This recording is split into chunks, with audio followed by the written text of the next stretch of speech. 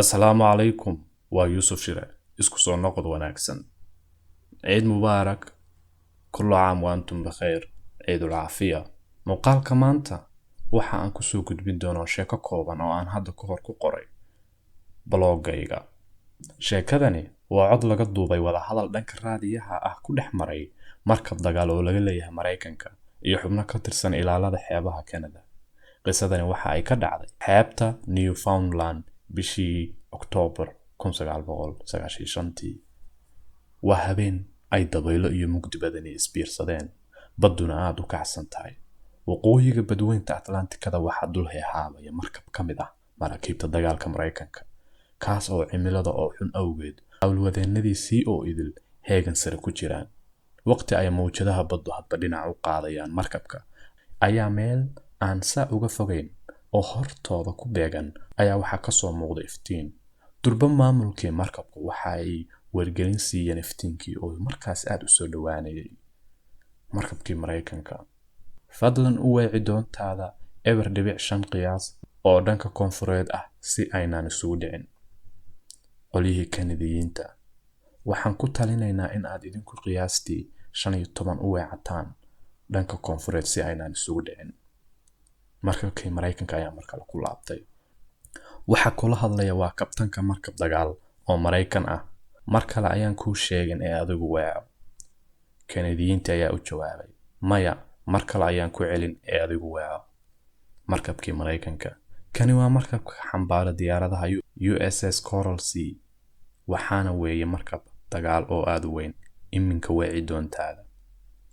Kanadiyiintii baa ugu dambeyn ku jawaabay, halkani waa tower ku yaala bariga ama lighthouse, waana ka baxay. Inkasta oo dadka qaar dhaheen qisadina waa kaftan oo wax si dhab ah u dhacay ma ahan, misna waxa aan kala soo bixi karnaa casharo ka waaweyn kaftan. Muhiimadda isfahanka, ogaanshaha xadka awooddaada iyo saafi wax u araguba waa sifooyin asaas u ah jiritaanka noolaha oo idil.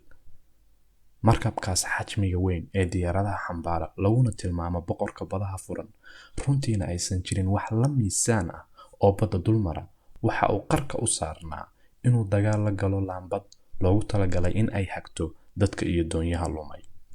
Laakiin xiriirka toosan iyo garwaaqsiga in uu markabku xadkiisa ka baxayo waxa ay badbaadisay naf iyo maal badan. Sidaas la mid ah, insaanku marar badan waxaa si saafi ah in ay wax u arkaan ka hor istaaga dareemo kala duwan oo ka tambadiya ama isfaham waa dhex mara annaga iyo dadka kale. Si la mid ah, ilowga halka ay tahay inaan ku joogsano iyana waxa ay noo horseedaa dagaalo, doodo iyo qalalaaso aan micno ku fadhiyin, magac iyo maal badanna nooga dhumo.